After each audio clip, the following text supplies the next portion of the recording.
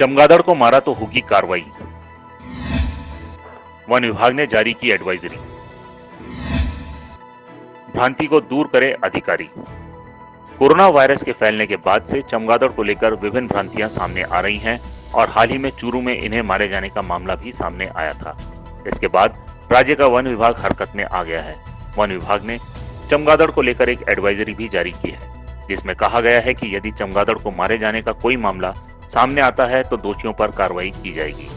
One विभाग के अतिरिक्त प्रधान मुख्य वन संरक्षक और मुख्य वन्य जीव प्रतिपालक अरिंदम तोमर ने इस संबंध में एडवाइजरी जारी की है।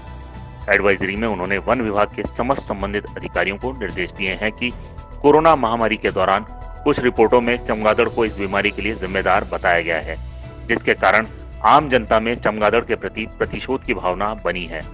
कुछ स्थानों पर जैसे चूरू में चमगादड़ों को हटाने या भगाने के समाचार भी आए हैं। चमगादड़ करते हैं बीमारियों से सुरक्षा। तोमर ने बताया कि चमगादड़ प्रकृति में परागण, बीज संवाहक सहित कई अन्य महत्वपूर्ण भूमिका निभाते हैं। उनका कहना था कि अब तक इस प्रकार के कोई प्रामाणिक शोध सामने नहीं आए हैं जिसमें चमगादड़ को कोरोना का वाहक माना गया हो। उन्होंने अधिकारियों को निर्देश दिए हैं कि इस परिस्थिति में आम जनता से चमगादड़ों के विरुद्ध फैली भ्रांतियों को दूर करने की समझाइश की जाए। इसके बाद भी यदि चमगादड़ों को मारने अथवा भगाने इत्यादि का कोई प्रकरण संबंधित अधिकारी के सामने आता है तो नियमानुसार दोषियों के विरुद्ध कार्रवाई की जाए। कोरोना वायरस के लिए जिम्मेदार नहीं चमगादड़।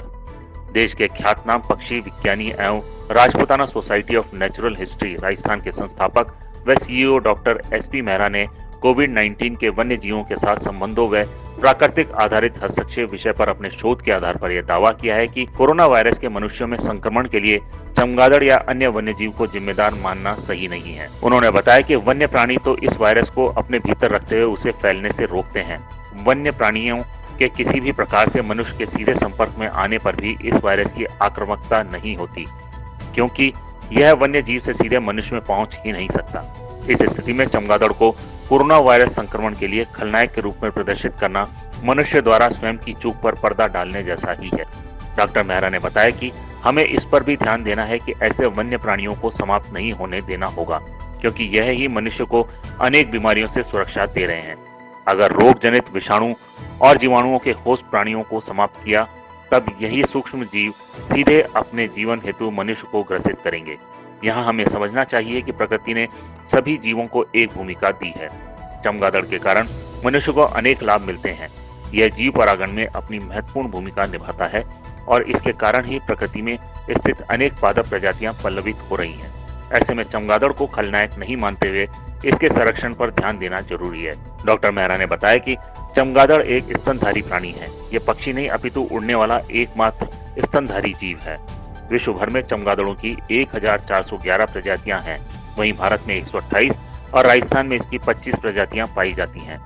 चमगादड़ फल, फूलों का नेक्टर और किट खाते हैं।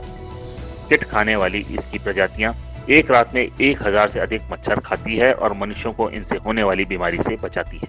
ब्यूरो रिपोर्ट, पत्रिका टीवी।